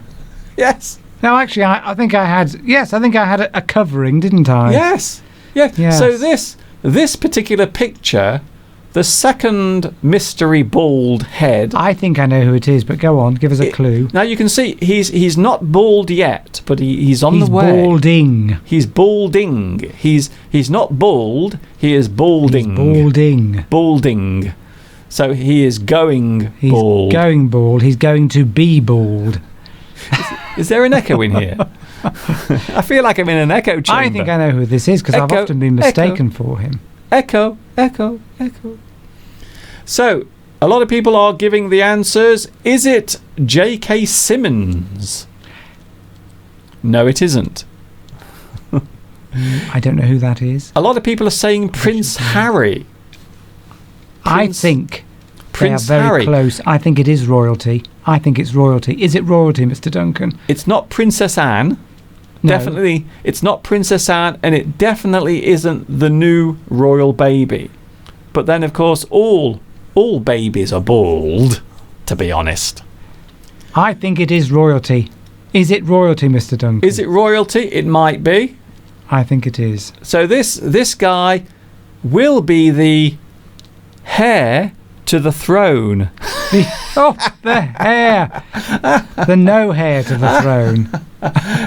Mr. Steve, please pretend to laugh. You're so funny, Mr. Duncan. Come on, laugh. Oh, my sides are splitting. Prince William is the heir to the throne. Is it Prince William? Or is it another member of the royal family? Because, of course, a lot of the royal family male members are, in fact, bald, are they not? They are. Male members? Male members of the royal family. The male members. I'm not sure if any of that sentence is fit for broadcasting. I think all of that is Too obscene. late. It's obscene, what you just said. It's not. The male members Yes. of the royal family. I'm just picturing something very terrible there. Like the members of a team. Oh, dear me. But, yes, I think it is. They're all bald, aren't they? All the men. So who do you think it is? Well, I was going to go with Prince William, but it could be really any of them. It could be. Can't remember the name. Yes, let's go with Prince William. You are saying Prince William. Okay, let's see. think so. Is it Prince William? It's a young head because it's still got colour in the hair that's remaining. Yeah, so he hasn't got grey hair. He hasn't got grey hair, so I think it's a young male member of the royal family who inevitably is going bald. Shame for them, but they wear it quite well, just as some other of us do as well. What? Welcome to the longest sentence ever from Mr. Steve. Okay, then. It's a member of the royal family, and yes, he's not next in line, of course, because Prince Charles is next in line, but he's after Prince Charles. It is, of course, Prince William. Ah. Prince William, yes, you are right. There he is, not looking very happy there. In fact, I think he has the same face as Mr. Steve when he's driving the car. Mr. Steve, can you show us your face when you drive the car? My driving face. It's like stone. So there is Mr. Steve's face when he's driving. That's because I'm concentrating. And I think Prince William seems to be concentrating there. I think he's watching the road as well. Bald guy number 3. Who is this? I think this one is very hard, very difficult. Right, I don't think anyone is going to get this right. Right, well, we need a clue. It's obviously somebody with advancing years. Because I am can see dying white to tell you. hair. I'm dying to tell you who it is. I can't wait. I'm dying to. Is that a clue? No. It's, well, there's white hair at the side, so... He's old. He's getting on a bit in years. Is it somebody who used to play James Bond? Is it someone who used to play James Bond? Yes. Oh, I know. You think it's Sean Connery, don't That's you? what I was thinking. Mr. Sean Steve? Connery. Good guess. That is a crap guess. Really awful. Well, Terrible. he is bald and he's getting on a bit, so Yes. it could be him. Okay, it could be Sean Connery, but it isn't. Sean It's- Connery, but it isn't. At least I had a good guess. You are kind of in the right place. I'll be honest, you are in the right place, Mr. Steve, with action. Action. Is it Bruce Willis? Well, he wears a wig, doesn't he? So it's probably not him. Bruce Unless he Willis was, of doesn't course- always wear a wig in his movies. He doesn't, but he doesn't often always. does. I don't think it's Bruce Willis. I don't think he's got white hair. Well, everyone on the live chat thinks it is. They think it is. So let's have a look. Is it Bruce Willis? Please, shiny owner of the big pink dome, reveal yourself. No, Who is it? it's John Travolta. John Travolta. I got you all there.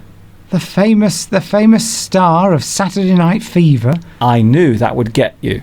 So you see what I mean now about action movies? Wow. Because Sean, you've got me saying Sean Connery now.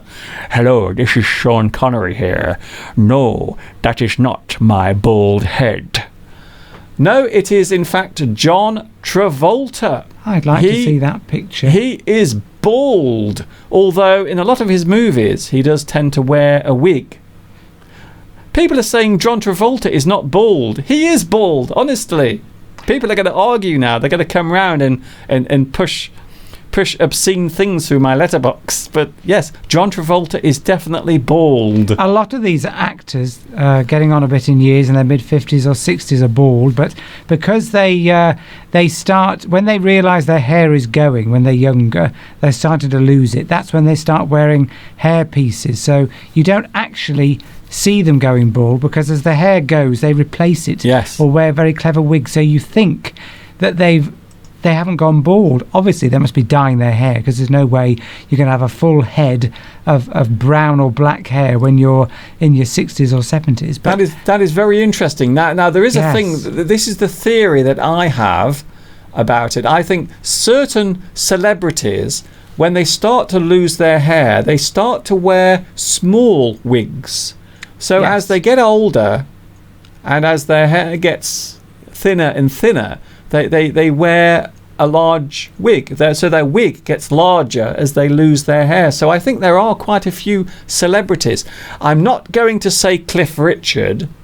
I'm not going to say that Cliff Richard, a very famous pop singer here in the UK, I'm not saying that he does that. I'm not saying that Cliff Richard wears a wig. He doesn't. He definitely doesn't. he doesn't probably wear, does. He probably does. He doesn't wear a wig. Definitely. I'm pretty sure of that. So John Travolta, people are still arguing with me. They're still saying that John Travolta isn't bald. If you Google it, did you get that off Google? That He's- particular picture of John Well, Travolta? yes, I had to Google John Travolta's bald head. Yes, you're right there, Steve. You've got me. So John where was Travolta. that picture taken? How did he let himself have a picture taken without his wig on? There are lots of pictures of John Travolta with his bald head, All right. mainly Okay. taken at 3 o'clock in the morning. But that's a different story altogether. Apparently, a lot of people are saying I'm cheating, but no, that is definitely a bald head. John Travolta's definitely this might be a big. I might get a lot of people complaining, but people are saying that I'm cheating. I'm not cheating, honestly. Well, sorry to disappoint you. Sexy star of many musicals. So here is the next He's one. We have bald. another bald head now, because we only have 10 minutes left. I can't right. believe this has been going on for so long. So another bald head. Now this one, Very smooth. It's- A nice matte finish. so that might not actually be a bald person. Now I think here, I think if someone were to say to me, that one isn't bald, he is kind of balding, but a lot of bald people tend to shave their heads, so it kind of hides the baldness. In fact, I do that. That's what I do. So I always cut my hair very short. So there it is, the next one. But who is it? I've no idea who that is. I was going to go with royalty again. Actually, it looks like a knee. Looks like somebody's knee. It looks like what? It looks like somebody's knee. It looks like Really? it's sort of a knee bent. and you've taken a picture of the knee from above, with the rest of their foot bent underneath. It could look. I think it looks like somebody's knee. There you go. I don't think it looks like somebody's knee. I think it does. I think in the left hand side there, that looks like the crease where somebody's bent their leg underneath. Okay. But anyway, we know it's a bald head. But that's a very hairy knee. You've probably got a better picture than me. I've got a very low def picture here in front of me. I see. Okay, then. Viewers. So who is it? A lot of people are saying John Malkovich. That is a very, very, very good guess. I like that one. It's not royalty again, is it? No. Is it Jason Statham? Oh, that's another one. That's another person I can't watch in movies. Hello. All right. I'm Jason Statham here. Jason Statham, and I like to run around with guns and chase people through the street saying, here, come here, I'm Jason Statham. As you can tell, I'm not a big fan of Jason Statham. And I've no idea who he is. Someone says, is it a Buddhist monk? You might be right there. It might be a Buddhist monk. This one is very difficult. Give us a clue. Give us a clue. You haven't given us a clue yet. Well, I've given you a clue already. I've said it's not a knee. So it's not someone's knee. So that is the clue. Is it an actor, a politician, world leader? Can't be world leader. World leaders are never bald. They're all basically actors and singers. Okay, actors and singers. I haven't a clue. You have to give us another clue. Oh, dear me. Yeah, but if I give any more clues, it'll be too easy. Vladimir got it right yet. Oh, we've had Vladimir Putin. Ah, right. Good Is it guess. Vladimir? Because for quite a few years, Vladimir Putin he wasn't bald, but he had his hair cut very short, but he still had. Yes, that actually does. You know what? I think that should be young Vladimir Putin, but it isn't. Prize for that one. Do you want to know who it is? Tell us, Mr. Duncan. I will now reveal, because we are running out of time, desperately running out of time. Bruce Willis. Oh, what? Bruce Willis. I was very naughty there. One of them had to be Bruce Willis. Can you see what I did there? Yes. I was very, very naughty. Clever, Mr. Duncan. I think I will definitely be getting slapped across the face next week whilst I'm walking around Much Wenlock. A lot of people will come up and they will kick me up the bum and slap my face, maybe at the same time if I'm lucky. So there it is. Here's the final baldy. So this is the final one, the fifth. The fifth and final baldy. And this one is bald, even though it would appear that he isn't bald. He keeps the hair on the side of the head, which is a look that, well, you've got to be a comedian or somebody like that to get away with a look like that these days. Of course, in the old days, my father was bald, and he used to grow the hair at the side very long and then comb it over the top. So it looked like he'd got hair, but in fact it was just the long hair from the side that he'd a comb over. That's what it used to be called. You don't tend to see those anymore now. A lot of people do. They comb the hair over their head. A comb over. So a person who they grow the side hair very long and then they comb it over their head. I like that. Yes. Maybe Donald Trump's doing that. There's something weird going on with his hair. I agree.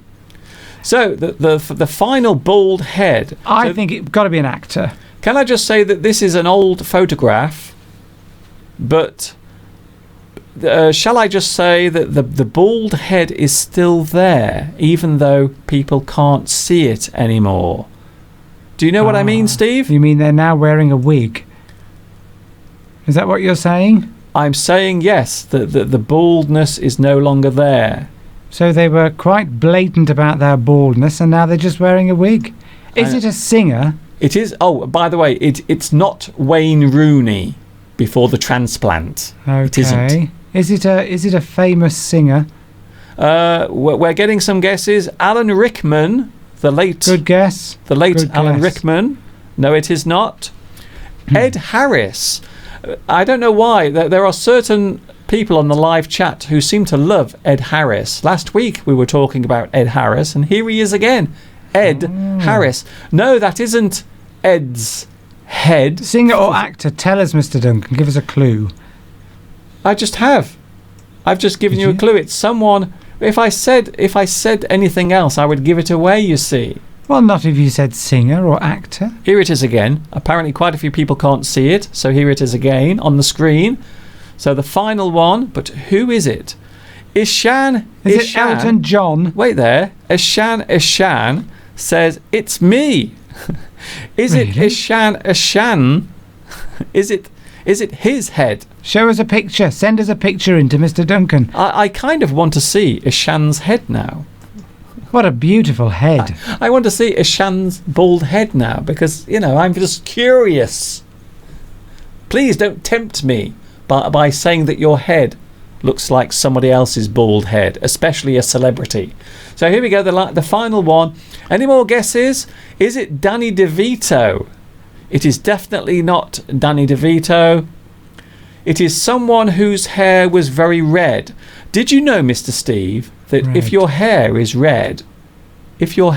red, you will normally go bald? That is very true. Do you know why? No.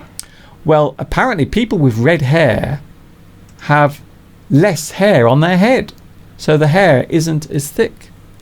All right, okay. And then it thins very quickly. So normally this is a genetic thing. So a lot of people who are red-headed, they will normally lose their hair at a young age. So I'm sorry if you are watching this and you are redhead, there is a pretty good chance that all your hair is going to fall out. Make the most of your red hair now. My mother had red hair. Do you remember last Christmas, Steve? Well, she's still got red hair. So Do you maybe remember that's last why. Christmas when we were at that Christmas party with your family, and I told all of your sister's children that they were all going to go bald early?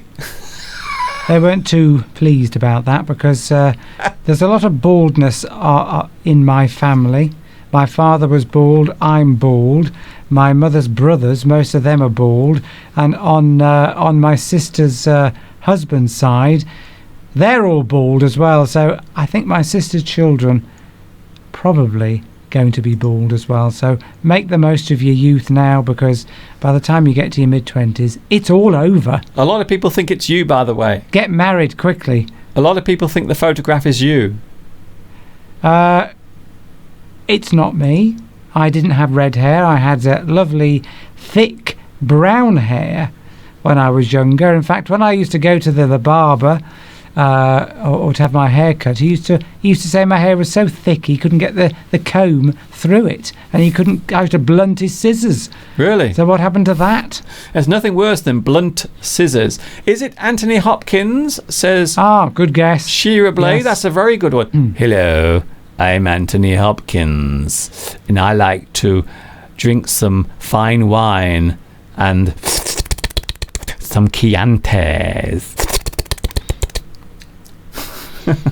All your impressions sound exactly the same as Duncan. Thank you very much, Steve. Steve reckons that my impressions are terrible. Thank you very much, Steve, for that. Can you believe it's gone 4 o'clock? Who is it? Who is it? Quickly. The final baldy today, you will not believe it. In fact, I think you've mentioned it already, Steve. The final bald head, but of course, as I said, it is no longer bald because he covers it up. He covers it with a wig. Mr. Steve is going to demonstrate now. He is going to demonstrate very quickly, if you could, because, you know, we're on borrowed time here. Mr. Steve is going to demonstrate today, preferably today. There it is. Look at that. Now, wigs are There we go. amazing. You look amazing. You look so sexy. This is my natural look, of course. I put a bald, fake bald head on me before, just for this show, and that's So I've taken normally, that off. That's my you real put hair. you put a rubber head. a rubber you put head on. A rubber bald head. Okay, then. There That's we go. very Oh, good. I can see myself. It does look quite fetching. Yes, you know, Oh, I'm gorgeous. you don't look a day over 48. Thank you. I like wearing this wig. It was only $6.99. But who is the final bald? Who is the final baldy? Tell us. The final baldy is... I'm going to tell you next week because it's time. No, not really. No, you can't do that to everybody. I'm not going to do that. Here it is. Here is the final bald head. It is Mr. Songwriter, Mr. Singer, Mr. Piano Player. Elton John. Sorry? Elton John. Elton John. Yes, it is Elton John. I said that earlier. Without his wig. Well. I didn't know he got red hair. Yes, his hair was very red, and that's the reason why he lost all of his hair, because red-headed people lose their hair. Well, men. Not necessarily women, but definitely men. No, it goes thin on women as well. Really? Yes, because as you have already pointed out, people with red hair have less hair follicles to start off with. Oh. So everybody's hair thins as they get older. So even a woman with red hair, her hair will get thinner. So we don't want to end on this depressing note. It's not depressing, it's fun. Get married as soon as you see yourself going bald, just get married. This is it. Just make sure that you've got a girlfriend or a boyfriend and you're married and you've got at least one kid, just one kid, and you're okay. And then your hair can all fall out. It doesn't matter. Oh, and also be wealthy as well. That also helps. Apparently the wig looks very nice on Mr. Steve. I think it's very flattering. Oh yes, definitely. Apparently Luciano says it looks very nice on Mr. Steve. Oh, very lovely. Thanks for the wonderful lesson, says Giuliano or Galliano. So you're going now, Mr. Steve? Am I? In a moment. In fact, if you stay with us, I'm going to give the mystery idiom answers. Okay. So let's have a look at the mystery idioms. There is the first one, but what is it? And there was the second one, but where are the answers? The answers are coming up. Don't worry. Calm down, calm down. So the first one, the answer is whistleblower. Whistleblower. Whistleblower. A whistleblower. The meaning of whistleblower as an idiom is someone who informs on a person or an organisation regarded as engaged in unlawful or immoral activity. We found out about the safety rules being broken from a whistleblower. So there it is. Whistleblower. Right. And the second one, the second mystery idiom is chatterbox. Chatterbox. The meaning of chatterbox, someone who will not stop talking. If someone enjoys engaging in conversation for long periods of time, we might describe them as a chatterbox. I would say that you're a chatterbox, Mr. Duncan. What? Because you've been chattering away for the last 2 hours. What are you talking about? You're talking rubbish again. You can never get a word in edgeways with Mr. Duncan. Ignore Mr. Steve. He's either saying nothing or he's just constantly talking. Ignore Mr. Steve. He doesn't know what he's talking about. Look, Mr. Steve. Take no notice of Mr. Steve. He puts petrol in his diesel car. So there. That's it. That's going to be there forever. I'm never going to let you forget this. You do realise that, don't you? I've got hair. You can trust everything I say now because I've got hair. I suppose so, yeah. It does give you more credibility. More credibility. In fact, I'm believing everything you say. Good. You should. We can't doubt you. Look at that head of hair. Look how I spoke earlier about the petrochemical industry. My incredible knowledge. But that was without hair. We didn't believe a word of it. Now I've got it. The confidence is here. I've got confidence. I could just take on the world. I could do anything now. I went to a lot of trouble this morning, by the way, to have a scar cam. I wanted to show people my scar on my arm. So here it is. Do you want to see it just before I go? So there it is. There is the scar that He's still going on about that scar. He gets scratched. Look, by a thorn on a rose last week. I was injured last week. Seriously injured. Relatively minor injury. I lost almost a pint of blood. Well, he didn't lose any blood at all. Okay, so I think some people would call you a wimp, Mr. Duncan. There's Mr. Steve over there. Can you see him? There he is. Somebody last week said, "Oh, stop moaning, Mr. Duncan. It's only a little scratch." And I must say, I agree. You've had your tetanus jab, so you're quite safe from any That's good. nasty infections.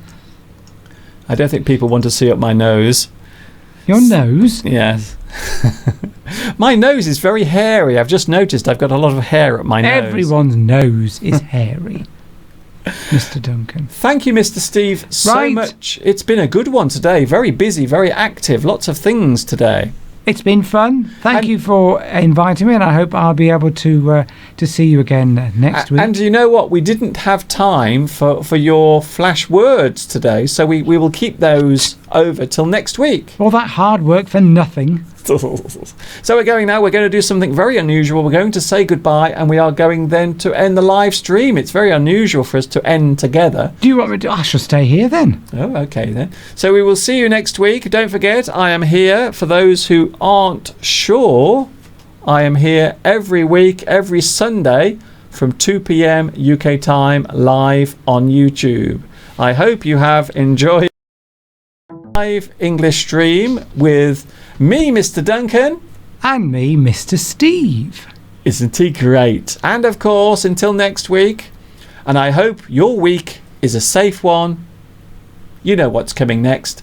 Do you know what's coming next, Mr. Steve? I'm going to say it with you. Okay then. 1, 2, 3. Ta-ta for now.